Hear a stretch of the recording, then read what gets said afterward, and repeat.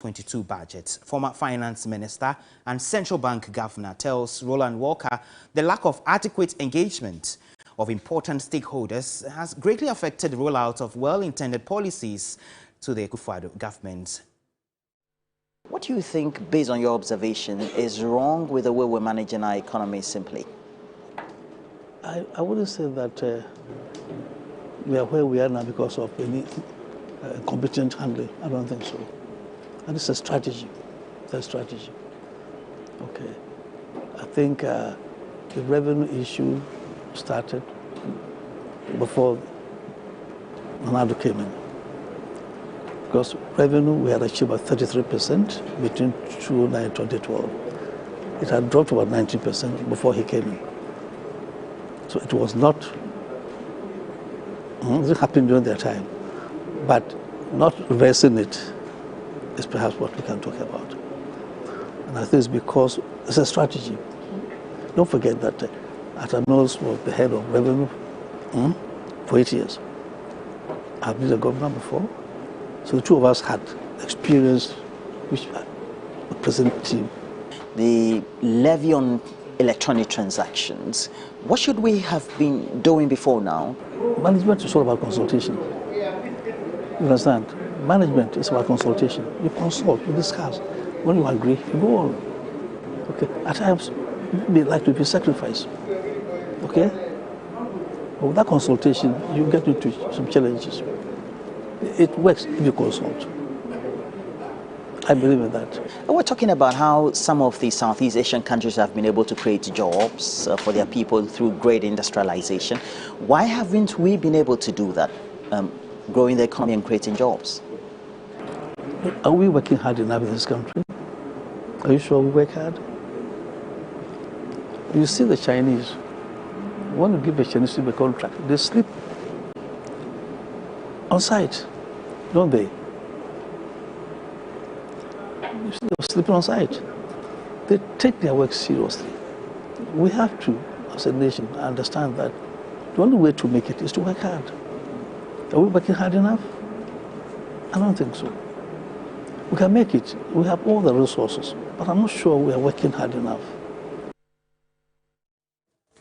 Now, Parliament is reconvening to look at the way forward after members on Friday, November 26, voted to reject government's 2022 budget and economic policy document. The majority members staged a walkout during proceedings, but that did not stop the Speaker, Albert Bagbin, from ruling on the motion.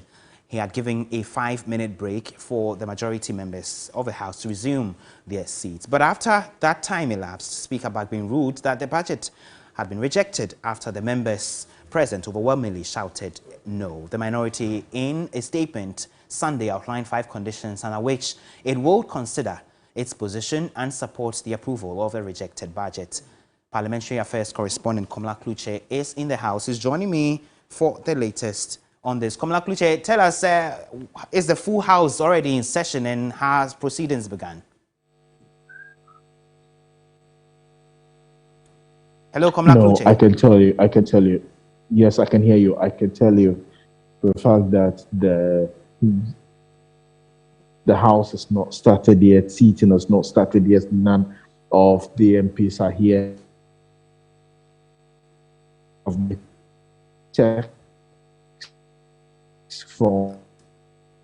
I'm afraid I think we're losing you, Komla. I wonder if we can have a better connection whether it to is a you. joint caucus meeting, but my understanding is, can you hear me?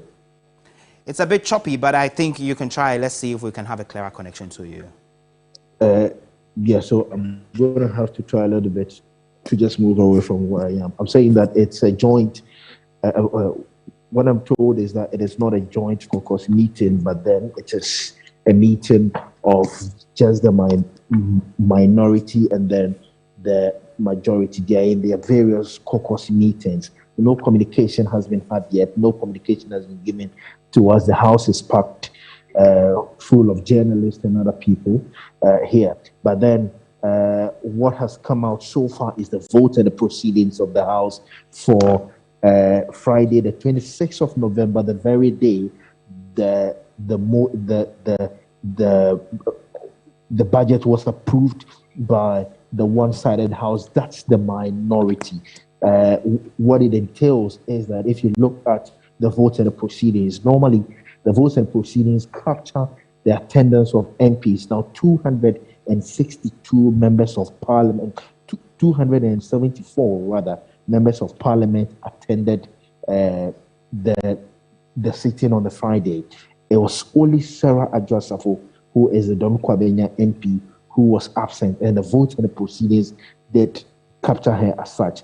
Now, it goes on further to talk about the motion which was moved, and when the House was counted with respect to the vote, when the House was counted, those who were in favor, the ayes was nil, the noes was 137, and that the Right Honourable Speaker accordingly declared the vote on the prayer request lost. Then the question put on the motion disregarded to the House accordingly rejected the budget statement and economic policy of government for the year ending 31st December 2022. So it tells you these are the records. This is the record that the House has, and this is what is captured in the records of the House, as per what we know.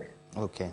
Even though the majority has said that all that has transpired should not be taken seriously, should be disregarded because it is or it was unconstitutional, the vote and the proceedings, which is the official document of the House, has captured it as I speak to you, Adam.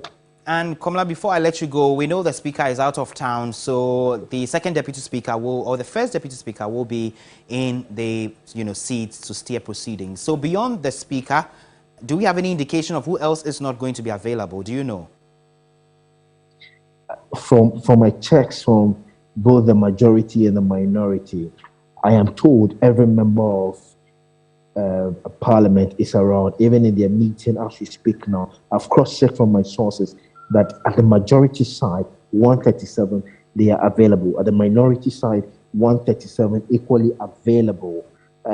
So that it means that if it comes when the House resumes seating, then Joe Osei, who is the first Deputy Speaker, he will be the one chairing the sitting for today. He will be the one to preside over the meeting. Then we are not even sure, as I speak with you, the order paper, surprisingly, the order paper has not been printed yet. We are unaware why or the reason to which the order paper has not been printed yet. Normally or ordinarily, the order paper comes together with the votes and the proceedings, but it's only the votes and the proceedings that has come. As to what the reason is, nobody is saying anything to the journalists around here. Thank you, Komla Kluche, our Parliamentary Affairs correspondent there. Trust that as proceedings begin, we will be updating you subsequently here on TV3 and, of course, on all our social media platforms. Now, aggrieved toll booth workers have today been pouring out their frustrations over a recent directive by the Roads Minister for all toll booths to be shut. The workers who have been temporarily out of job since the directive are pushing for the Roads and Finance Ministries to find them alternative means of livelihood. You recall the Finance Minister announced the abolition of such tolls in the 2022 budget statement, after which the Roads Minister issued a fiat for all toll attendants to vacate their posts in a decision many have criticized and described as unlawful. The aggrieved workers have petitioned Parliament over their predicament, calling for a reversal of this decision.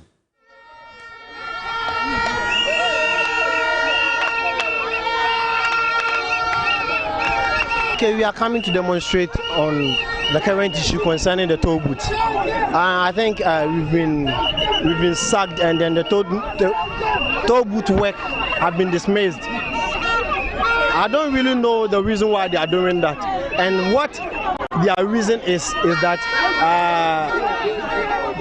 most often at the toll booths there are always this traffic issue and then riot and all sort of things, but I don't really get it, because what the parliamentarians or whatever the people are saying, I think they're supposed to go down and then verify everything themselves. They can't just sit at their offices and then declare everything as if they are on the ground experiencing what we are going through. For which they scrap the tool, no? Critically, when you look at it, they are not really reasons why 800 of us should be rendered jobless, Jonathan. Over 800. Now, I mean, when I say 800, you should consider the fact that most of us are breadwinners. I mean, we have family to take care of, you understand? So if it's just, let's say for easy calculations, let's say 1,000 people, and each person is taking care of 4 people, kind of work that we did, you understand, to bring them into power. So it is when things like this happen, for someone that you help to come to power. I'm not just saying about my MP, I'm talking about all the MPs that we work for, and you have come to power, you've come to parliament. And when you come to parliament, what you're doing is that you want to take away our livelihood.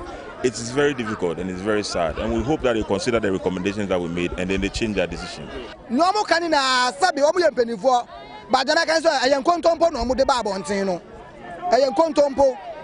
Some of us, yet it's baby, and yes, as I go hide down, baby. Now, all of a sudden, more my proud notice, just not even a day.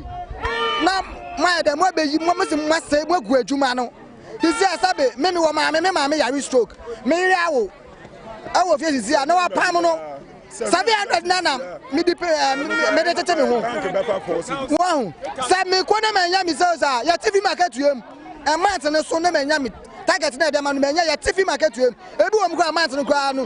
Me receive aketua because the man na makosa suspension di. They say makosa suspension di ya mame. Rather frustrated toll booth workers there speaking to my colleague Lord Eduasari a short time ago. Now, let's do some health stories. The Ghana Medical Association has expressed worry over the new variant of COVID-19, that's the Omicron, which was detected in Southern Africa. The association, in a statement, is calling on the Ghana Health Service and government to tighten measures at the country's airports. We'll engage a rep from the Ghana Medical Association further on this, but we also know that the latest COVID-19 variant has been declared by the World Health Organization as a highly contagious strain. Meanwhile, the Health Service has set the month of December as vaccination month, hinting unvaccinated persons will be denied entry into public events during the festive period. We'll speak to Dr. Titus Bayo shortly, but first let's run by you some details of a statement issued by the Ghana Medical Association. So it says the GMA calls for improved efforts to prevent the nation from entering into a fourth wave with the emergence of the Omicron variant of COVID-19. And the GMA is urging strict adherence to the existing COVID-19 prevention protocols. It's also calling on government to continue all efforts at limiting the importation of a COVID-19 disease by increased testing at the ports of entry as well as sequencing of all positive cases. So those are some of the details of a statement by the Ghana Medical Association. Let's speak to Dr. Titus Bayo. He's the Deputy General Secretary of the Ghana Medical Association, and he's actually the General Secretary. Thank you, Dr. Bayo, for joining us. We appreciate that you could make time every time to speak to us. So beyond the call for urgent action to be taken as we inch closer to the festive, what more do you want to see as GMA? We've been here before. Yeah, good afternoon. Good afternoon to your viewers. I think the Medical Association is very concerned, and on the part of the general population, we are expecting people to be more aware that this pandemic is still with us, and the new variants that are coming in pose more challenges to us. But we think that on the side of government, government needs to tighten the screening, as you have stated earlier from our statement, at the port of entry in particular, and along that with sequencing, so that any new strain that is coming in from any part of the world can be picked up and containment measures instituted. Within the communities, we also think that wherever testing is done, systematic way of sampling should be done and some sequencing done at our testing from our testing centers. Okay. So that if there is any new variant, either the Omicron or any other variant is picked up, we can easily identify it and institute the containment measures. The final bit is that the vaccines is a game changer. Fortunately, we now have a lot of the vaccines in the country and want to urge the general public to respond to this call of December as a vaccine month and increase our vaccine uptake rate so that we can achieve herd immunity. And I've heard a lot of concerns about the testing regime at the airport in recent times. And knowing what goes on there, is there a concern for the GMA that any of these new variants may have slipped through and has not been detected yet, for which reason, as members of the public, there needs to be some measure we can take on our own? Well, the new variant could have easily slipped through, and it may not necessarily be because of the way the testing is done, but because of the epidemiology and pathophysiology of this disease. Okay. People could come in incubation state and may not know, or the test cannot pick them up, and later they may become positive within the community. It is also possible that this new variant could arise in any community, anywhere in the world, and not necessarily originate from South Africa as is being speculated. So it is possible that we have an in-country development of this variant. So the key thing is that anybody who tests positive, particularly at the airport, the normal testing we are doing there is an antigen test. It cannot identify the variant. Even if we're doing a PCR, the real-time PCR will not identify variants. What is required is a sequencing. And if that is done, then from our positive, we can tell what kind of strains we are getting. Okay. So as we inch closer to the festive, there's the directive by the Ghana Health Service to make the month of December, which is just a day away, vaccination month. And so there are even measures. So, for example, people who attend public events may be restrained or restricted if they don't have proof of vaccination. Is that something that the GMA supports, for example? Yes, it is a call that we support, but with a caveat. Okay. And I think the health service itself put that caveat there, in that they have to make the vaccines available first. And if you look at the groups that they have listed that this directive will apply, it is presupposed that they have been given every opportunity to be vaccinated.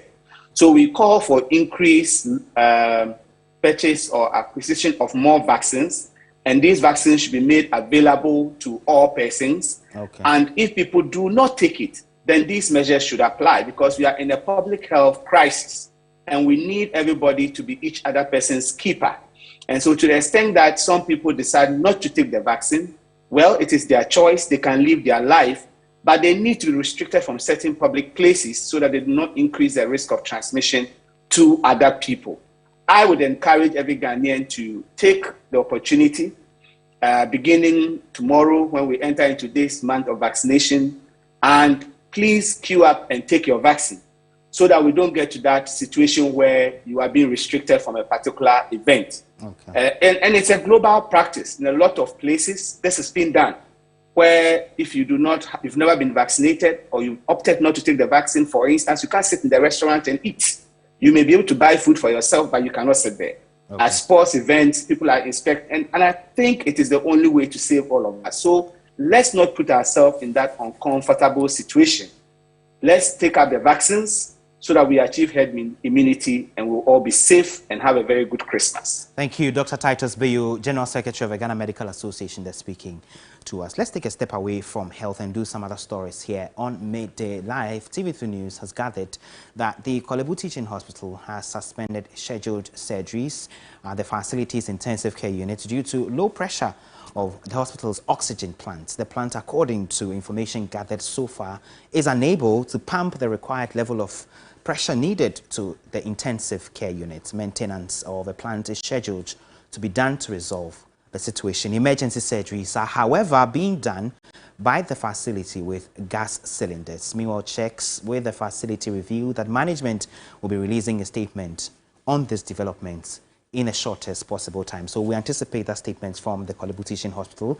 As and when it becomes available, we'll update you here and all our social media platforms. Now, the Ghana Grid Company, GRIDCO, has blamed recent power outages in the Ashanti region on a damaged 330 kilovolts Abuadze Kumasi transmission line at Bogaso in the western region. The communication tower weeks ago collapsed and fell on GRIDCO's 3 transmission towers. Director of GRIDCO Northern Network, Engineer Eugene Vincent Boache, has been addressing the media in Kumasi. There are shortfalls in Kumasi, and now because the line from Abuadze coming from the west to Kumasi is no more there, we are forced to supply more power from the east. And that means that we are straining the transmission lines in the east, and sometimes there are overloads. So with the loads on the lines, it makes the voltage in Kumasi, especially during peak load, go down. And when the voltages go down beyond some level, it could lead to voltage collapse, and it can eventually lead to system collapse. So there is usually the need to manage the load, to take some of the load off during the peak load, which is usually between 6 p.m. and 11 p.m. What is being done? Immediately the lines went out, we identified the towers that had fallen. We went to investigate, and then we started work to replace the towers that have been damaged, and also to reconstruct those few towers and the line there.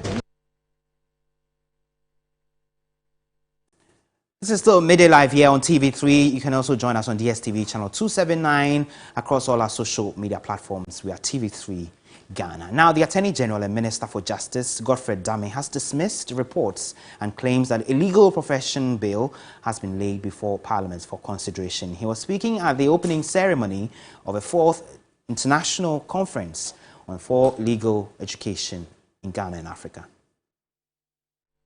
I place emphasis on good faith, because in recent times, the discussions bordering on the theme chosen for this conference has been characterized by a lot of politicking and petty point scoring for parochial ends.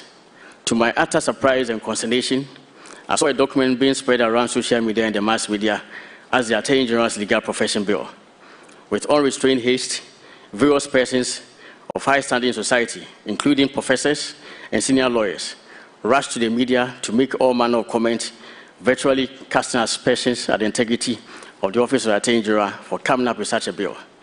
This they did without sparing even a split second to verify the accuracy of the information. Even though in truth and in fact, I was just a telephone call away from most of the commentators who were engaged in the commentary I'm talking about. May I take this opportunity to disclose that I have not come up with any new legal profession bill. In point of fact, there has not been any legal profession bill drafted by the Office of the Attorney General and Minister for Justice and Minister of Justice this year. No approval has been sought by me from Cabinet for a legal profession bill to be sent to Parliament, and for that matter, no legal profession bill has been submitted to Parliament. Now, the Greater Accra Transport Coordinating Council says it will not be in the interest of drivers to go on strike following concerns of constant fuel price hikes. The General Secretary of the Council, Emmanuel Ohene Yeboah, tells TV3 a strike by the drivers will also affect transport operators as well as the owners. We had actually wanted to embark on it, as you said, but it was not going to benefit any of us, be the operators themselves and the traveling public. So we decided to listen to the government, because we had presented a petition to the government earlier on. What he said was that our aim of embarking on strike was to make sure the fuel prices had come down, and government was to scrap some of the taxes to force the fuel prices down. In a way, we have seen that the fuel prices are coming down per his observation, and referred us to Go Ahead. Go Ahead had come down from 6.99 to 6.85. So once they have come down, we think it's not necessary for us to embark on strike. We should only hope that government's intervention will bring the prices down. They actually indicated that the next pricing window, which is tomorrow, it's possible the price will come down further. So if it's coming down, we don't have any justification in going on strike. So that's why we're waiting. Let me appeal to our team, drivers and operators, that whatever we are doing in the interest of the industry. We can't collapse the industry because we want to get some few cities in addition today. And tomorrow, if there's nothing to refer to, they will not be classified as a good leaders, and history will not forgive us. Let's stay on the road a while longer, because the Police Traffic Monitoring and Surveillance Center captured a total of 32 vehicles in various traffic offences in Accra on Friday and Saturday alone. Offences included dangerous driving, wrongful and parking in unauthorized places, as well as reversing on highways. The offenders were captured at Kaswa Toll Booth, La Paz, Medina Market, Tesano, Ayi-Mensah Barrier, Achimota Overhead, Awoshi, Industrial Area, Dansoman and Spintex. The others were at Dansoman Exhibition, in Samampum, Abeka Station, Medina Zongo Junction, UPSC, Abeka Flytop, Teshi Agbliza, Ayi-Mensah Barrier, La Baoleshi School, ANC Mall, Zodiac Junction, Jamestown Police Station, Adentan Barrier, Kwabenya Station and Gold House traffic lights. The drivers or owners in absentia have up to 1 week from publication to report to the Central MTTD in Tudu Accra to assist in investigations. The motor court magistrates issue bench warrants, arrest warrants, looking for those who have not been forthcoming. And the consequences are there. We don't want to get there. So the reason why we are here. Superintendent Alexander Kweku Obeng further urged the public to be cautious on the roads in order to reduce road traffic accidents.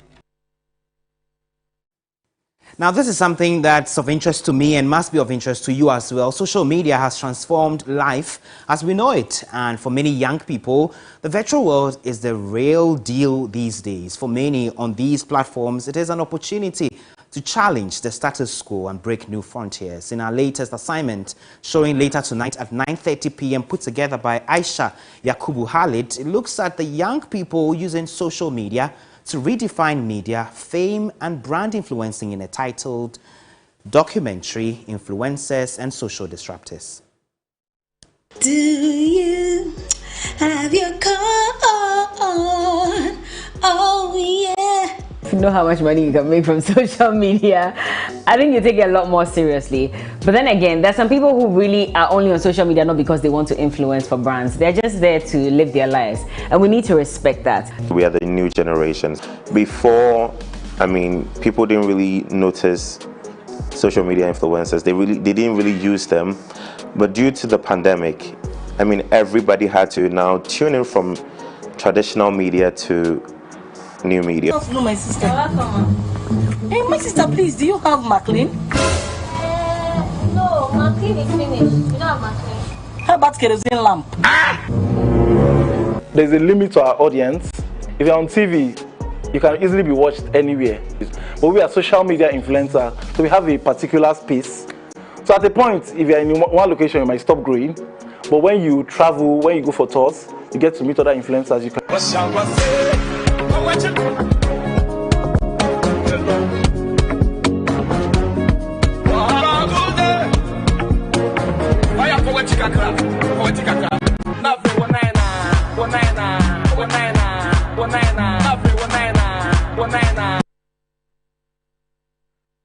And so look forward to that. Social Disruptors, airing 9:30 p.m. tonight on TV3, was put together by my colleague Aisha Yakubu Khalid. You do not want to miss out on this. Stay with me after this break. We have a lot more stories, including business, sports, and entertainment.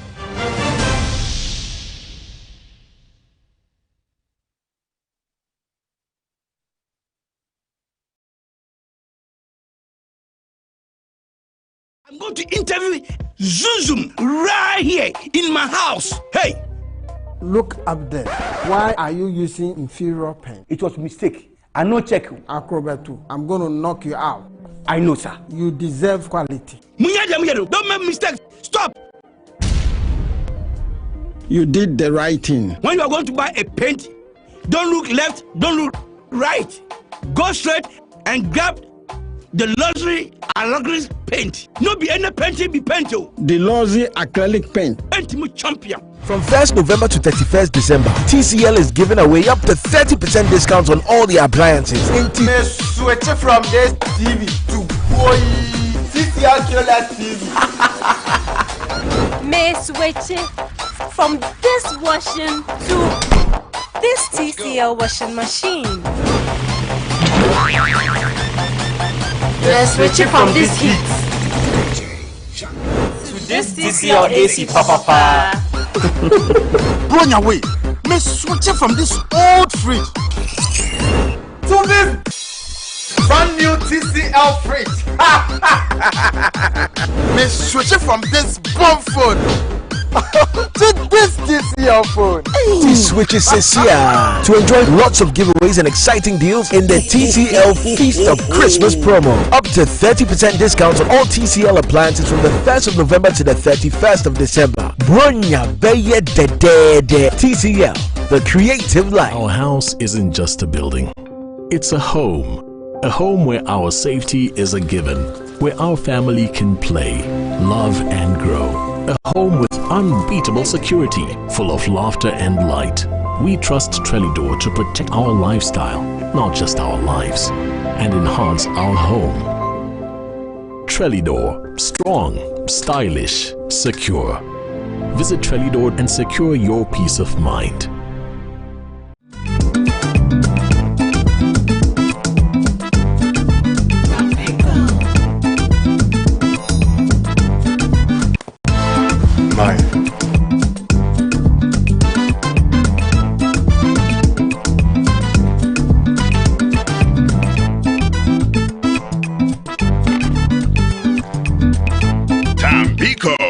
New look, new bottle, same irresistible taste. Available in your nearest shop. This advert is FDA approved. Imagine waking up at the break of dawn with nature's tide against you. Imagine your entire life being swept away by waves of the sea. Imagine your life wasting away, powerless at the strength of the storm. Imagine your shelter is devoured by nature's unrelenting force. Just imagine. Now this is the reality of the children, mothers and fathers of the people of Keta and its environs. Victims of the destructive tidal waves. Nature's wrath can be deadly, but humanity sustains life.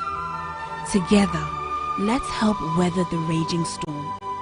Help save a life.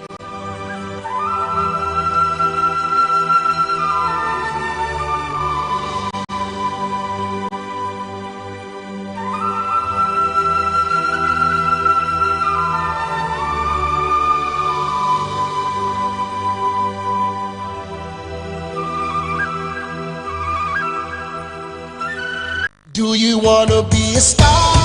Hey there, Mentorex is here again. 16 contestants with 16 amazing performances every Sunday. And they need you to make them get closer to becoming the next global icon. Here is how. Dial *713*13#. Select the contestant you want to vote for. Select the amount of votes you want to buy. Follow the mobile money prompt and confirm payment. Or download the TV3 Reality app from the Google Play Store or the Apple App Store. Select the contestant you want to vote for, tap the vote button, select the amount of votes you want to buy. Follow the mobile money, card, Ghana QR or Hubtel prompt and confirm payment. And yes, you just voted for your favorite contestant and they are a step closer in making their dreams come true. Mentorex, discovering the next global star. TV3 Mentor takes you higher. Mentorex is brought to you by Heaven Black Insecticide Spray and Mosquito Coil and Napa Foods, Sense Body Spray, Club,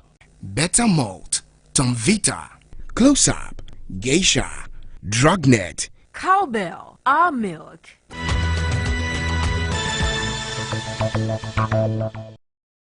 Of the future. With penetration has come the empowerment of unconventional voices, challenging the status quo. So I just started using the hashtag Face the Country so that they'll just try and solve the little problems Ghanaians are facing. Young voices using social media to effect change.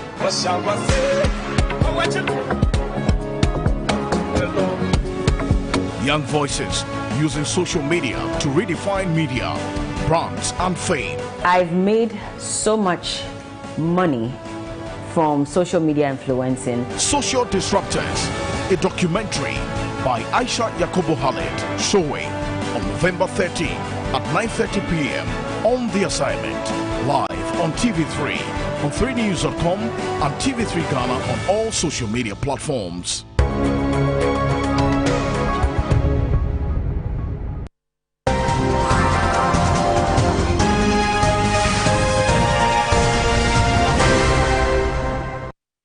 You're welcome back. Time now for some business news. The controversial 1.75% electronic transaction levy is likely to be reviewed downward. Chairman of the Finance Committee of Parliament, Kweku Kwarteng, says reviewing the levy will deepen the fiscal woes of the country. Where you're going, but trust me, anybody that says in these matters, over the top of your head, you are just able to say it's too much, it's too small. It's either being political or you just are not seized with the facts.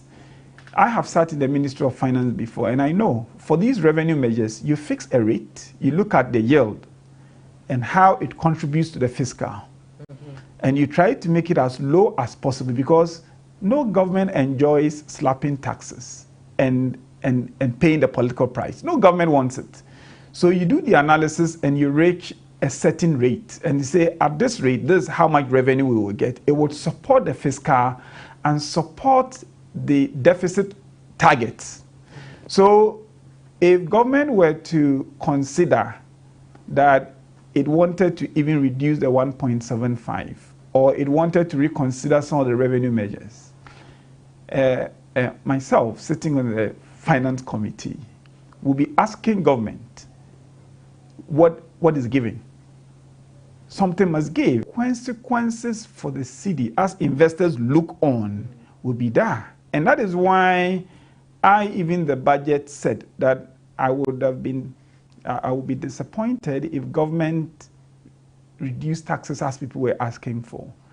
Even now, I think government should be thinking hard about how, in addition to the revenue measures we have, government could raise more revenue, maybe by intensifying compliance some more.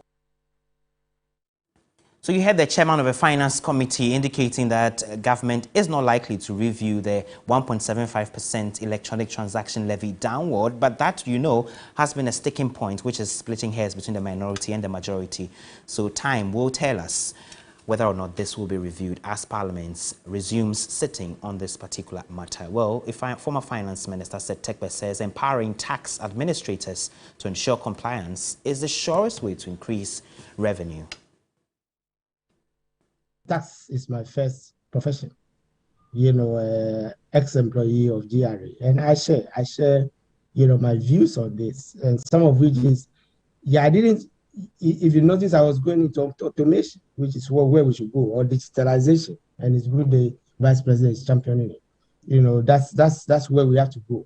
It is empowering tax administration to be efficient. It is not about new tax handlers. Now, petroleum. Sorry, let me just touch on that. You mentioned the petroleum taxes. Yes, one would say that one is guilty of bringing in ESLA, but ESLA was supposed to last 3 to 5 years. ESLA should have gone off last year. And the reason ESLA, which is the petroleum tax, may be difficult to remove is that the revenue flows were turned into a bond, a loan. And so they are the ones that are paying the ESLA bond. And given the debt levels now, if you were to remove ESLA, you know, it will mean that, you know, government has to assume, you know, that whole burden. Now, a senior oil production specialist at Petroleum Development Oman, Dr. Yusuf Suleimana, says the National Petroleum Authority should monitor the trend on the world market and ensure that prices reflect the local pumps. Crude oil declined by 11% on Black Friday, hitting a 2-month low as investors reacted to the new COVID-19 variant Omicron. Oil rebounded by more than 5% on Monday to above $76 a barrel, as some investors viewed Friday's slump in oil and financial market as an overdone, while the world awaits more data on the Omicron coronavirus variant. We're supposed to see significant impact if this situation stays as it is. Consumers to have some bit of reprieve, some bit of breathing space in terms of how much they pay at the pump. We urge NPA to closely monitor the international dynamics, especially the world market, get the trend, and then ensure that when there's a need for these prices to come down at the pump, it has to do. There are concerns that a supply surplus could hit the market. A senior oil production specialist with Petroleum Development Oman, Dr. Yusuf Suleimana explains the dynamics. What is happening now, I will categorize it as a bit of speculative drop. So because this virus, what they call Omicron, is yet to be characterized. And so what we are seeing now is not the actual fall in demand in terms of impact in the global oil prices, but the potential for demand to fall, due to uncertainty surrounding this virus. So what nations are doing now is just an abundance of caution. However, as long as travel restrictions come back, there is certainly going to be impact on demand. But the magnitude of the impact on demand is yet to be quantified. That'll be all for business. Kelvin Usuansai standing by with a lot of reactions since the greatest of all time in terms of football players. Lionel Messi was crowned best player for the 7th time last night. Stay with us. Internet of Things is no longer a concept of the future. With penetration has come the empowerment of unconventional voices, challenging the status quo. So I just started using the hashtag Face the Country so that they'll just try and solve the little problems Ghanaians are facing. Young voices using social media to effect change.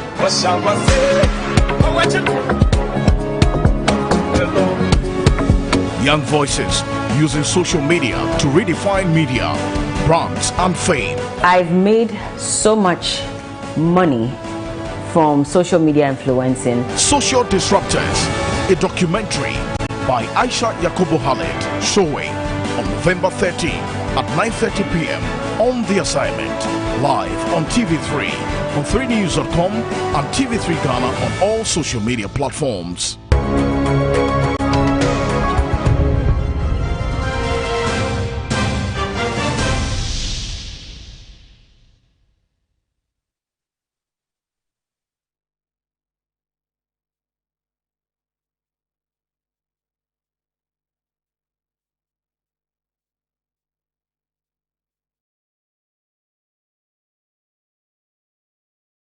Welcome to My African Love. My name is Chris Atto. Here on the show, we're responsible for helping celebrities all over the world find love. Our influencer, celebrity, actress, and model, Afia Odo, is looking for love right here in the USA.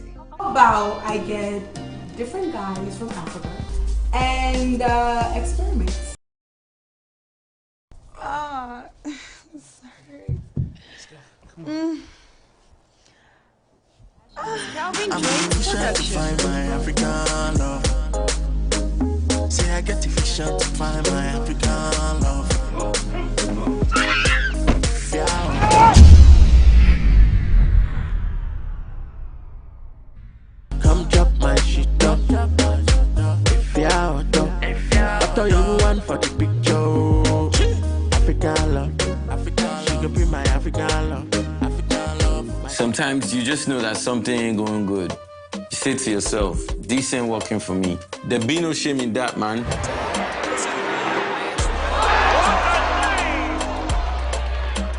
Like when you don't got it? Yeah, man, I mean, being smart means knowing when to stop. Know your limit. So like knowing when to stop? Yeah, makes sense. If it's not fun, choose to stop. This advertisement is brought to you by Bet Power. It's the festive season and we love it. And that means it's time to celebrate with GoTV. Great. So get your GoCoder, GoTenna and 1 month of GoTV Plus for only 89 cedis to watch with the whole family. And if you're feeling extra festive, upgrade to our best package yet, GoTV Super. Amazing. Download the My GoTV app for more information. Super. We all deserve a super festive season. Then why hold back? And with GoTV, there's every reason to love it. All-White Party on the Lake. This Christmas, experience the 3FM All-White Party on the Lake. Yes, this time it's the Float Edition with great experience whilst we cruise on the Dottie Princess and party hard happening on Boxing Day, 26th December, amidst super exciting activities such as beach soccer, live band, pool party, swimming, jet ski, bonfire, and drink ups. It's an all-night fun party from 8 p.m. to 6 a.m. Rate a cool $350 Ghana cedis for singles and $600 Ghana cedis for double. Man, that's so cool. For so much fun. A little party never killed anyone. Join us in your all-white attire. Life is a party, dress like it. The all-white party is brought to you by 3FM, Volta Hotel, and Doddy World. For reservation, please call 0546 063 747 or 0558 167 221. Sponsored by Juhani Auto Cooling Center. All-white party on the lake. Baba Brashid. Oh yes, nobody expect Giovanni, no Giovanni. So now Akabeneza.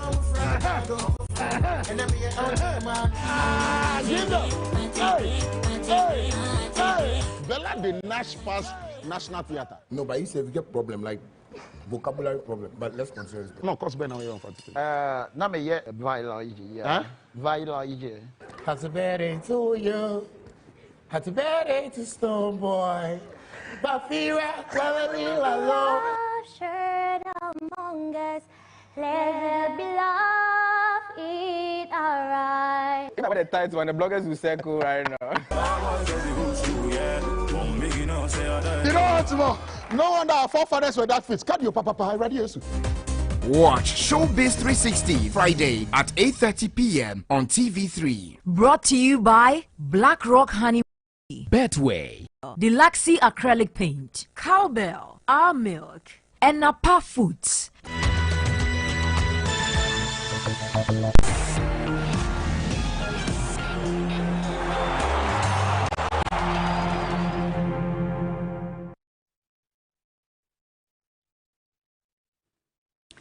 You're welcome back. Time now for sports. My colleague Kelvin Owusu-Ansah is joining me. What a time to be alive, to have witnessed this man, Lionel Messi. I made a joke on social media, but I think upon second thought, I mean it. One of my children must be named after Lionel Messi. Really? Yes. Well, arguably, he's the best we've seen in our generation. And even, I'm sure all those who were the likes of Pele, Maradona, Van Basten, Johan Cruyff, they've just realized that he's the best that we've seen in football. Yeah. Yesterday, he was crowned the 7th time, and I don't see which player is going to come get closer, even to the 5 Ronaldo has. It's going to be very difficult. It's going to be extremely difficult. Yeah, but for the last 11 years, they've dominated. It's only Luka Modric who broke that dominance in 2018. But you can never say never, you know. Well, we can never say never, yes. We never felt anybody was going to become greater than Pele or Maradona or even Zidane, but now we have Lionel Messi. That's right.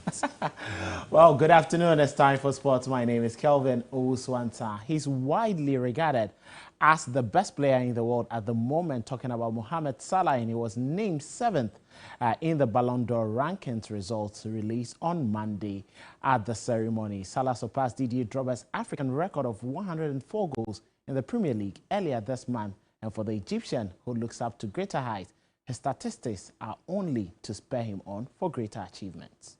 I'm always trying to find a motivation inside me just to drive me to give my best. So I don't know exactly, but that was one of the motivation to break his record. And he, of course, he's a legend.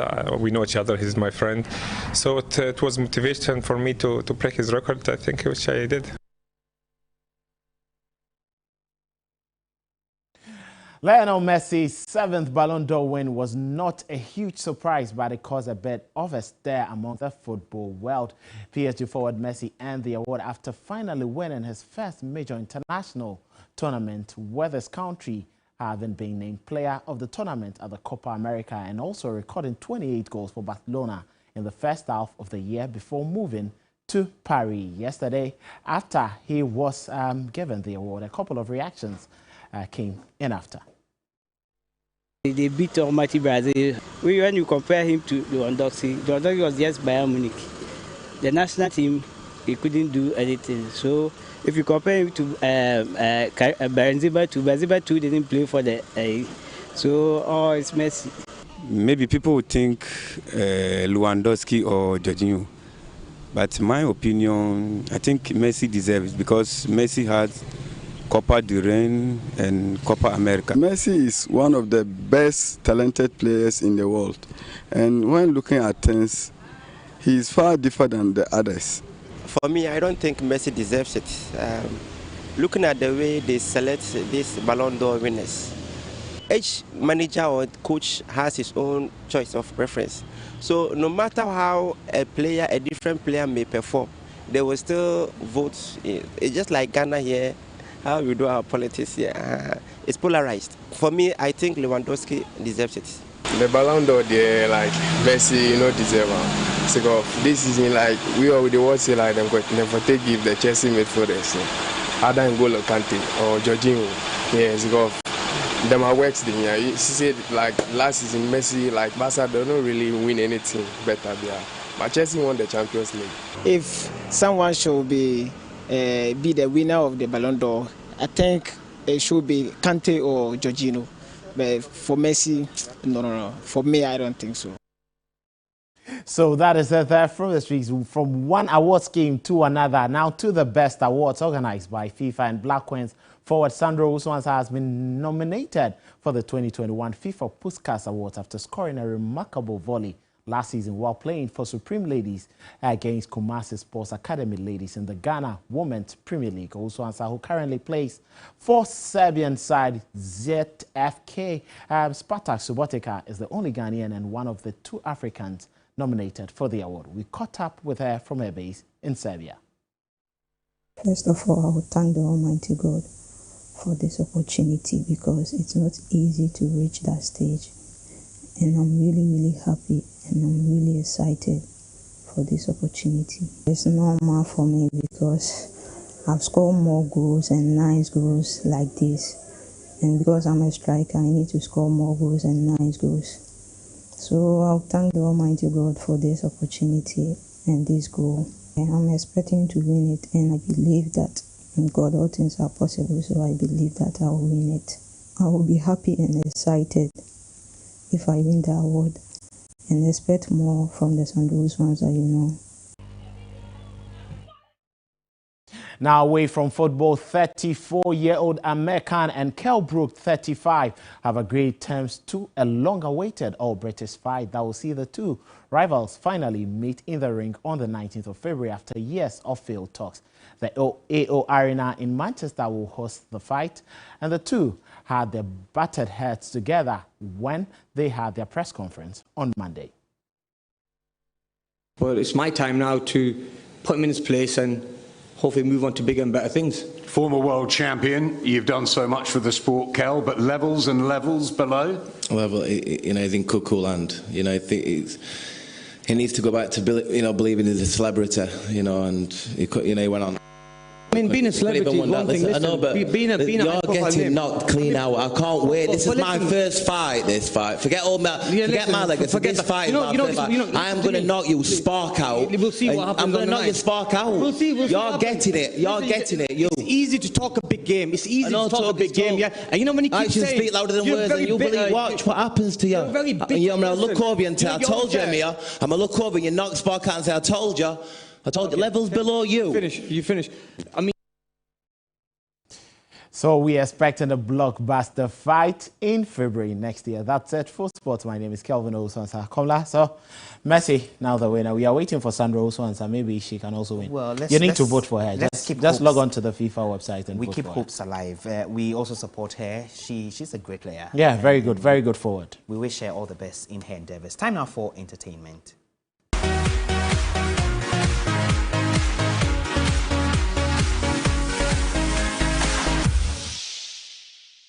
In entertainment this afternoon, renowned rapper and VRMG CEO has called on all relevant stakeholders to join in finding a permanent solution to the perennial issue of tidal waves, which have in the last few years been affecting the coastal areas across the country. The rapper and his team will later today donate relief items to those affected by the devastating tidal waves in Keta in the Volta region.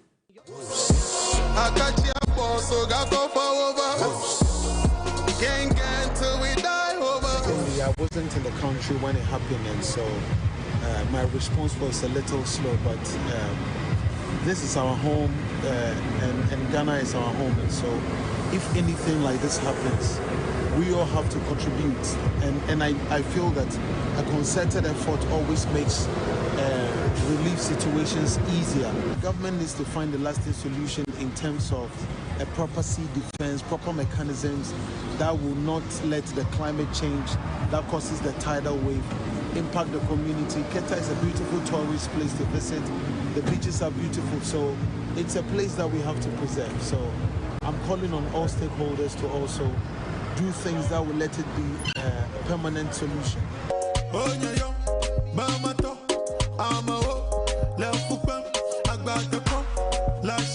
Edem, if you look at his career, he's enjoyed a lot of support from the Volta region. So Edem, together with his team, are moving from Accra to the Volta region where they get to show love and support to the people, the victims of the tidal wave. So they are going to be donating some relief items. We just made a stop over from here. We are moving. Our next location is Keta, where them gets to meet and show love to his people. I mean, it's my home, so if they don't support me, I'll come for them. Yeah. You know, but it makes it special. It's always special to go back home, and I really am happy that I'm going back home at a point when my people really need me, and God has blessed the team for us to be in a position to also contribute. That's quite important.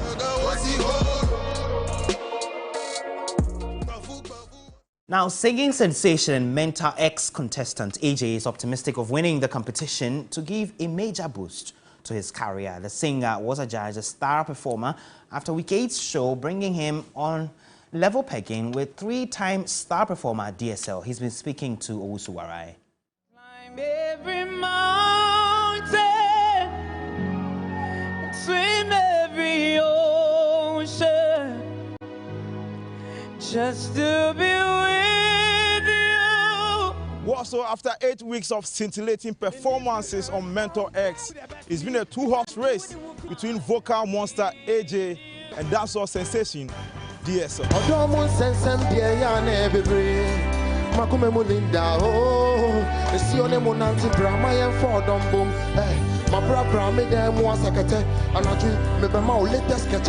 Going into Week 8's performance, DSL had won the Star Performer Award 3 times. He was closely followed by AJ with 2 Star Performer credits. But AJ proved to be a huge force to reckon with on Sunday night. He pulled off a great show to be adjudged Star Performer for the night. That brings AJ on a par with his closest and strongest contender, DSL. Actually, yesterday I was super excited, especially when Nana Mama Brown gave me the honors. I was like, oh my God. On the records, DSL and I are good friends. So it's when we're on the stage that we are on different levels. But when we are backstage, we are friends. And he's a competition, I'm a competition. And I feel like the person who's going to win, God already knows the person who's going to win. AJ is aware of the danger DSL poses to his bid to win the competition, but says he is not intimidated by the abilities of his strongest contender. I'll do my very best to take it. And what makes you think that you would win it? Because I've seen the strength and I've seen how the competition is going. So if it's vocals, I'm taking it to another level. So every week will be another level. AJ has got his eyes on a big prize and remains poised for victory. Obuasi. I don't think someone has come from Obuasi to Mentor. When I came on Mentor, I think they are all supporting me and there's a good platform for me. And I'm doing this for my community. I want to win it for us to know that we have good talents in there. Afterwards, there's a big hit. A lot of bangers coming. That'll be our bulletin for this afternoon. It came to you live from the news hub at Adisawe Kanda in Accra. I am Komla Adom. For myself, the rest of the team, we say thank you for joining us from wherever you are. And we're still basking in that historic feat chalked by arguably the best player in the world, Lionel Messi. The best that ever is and will ever be. Have a good afternoon.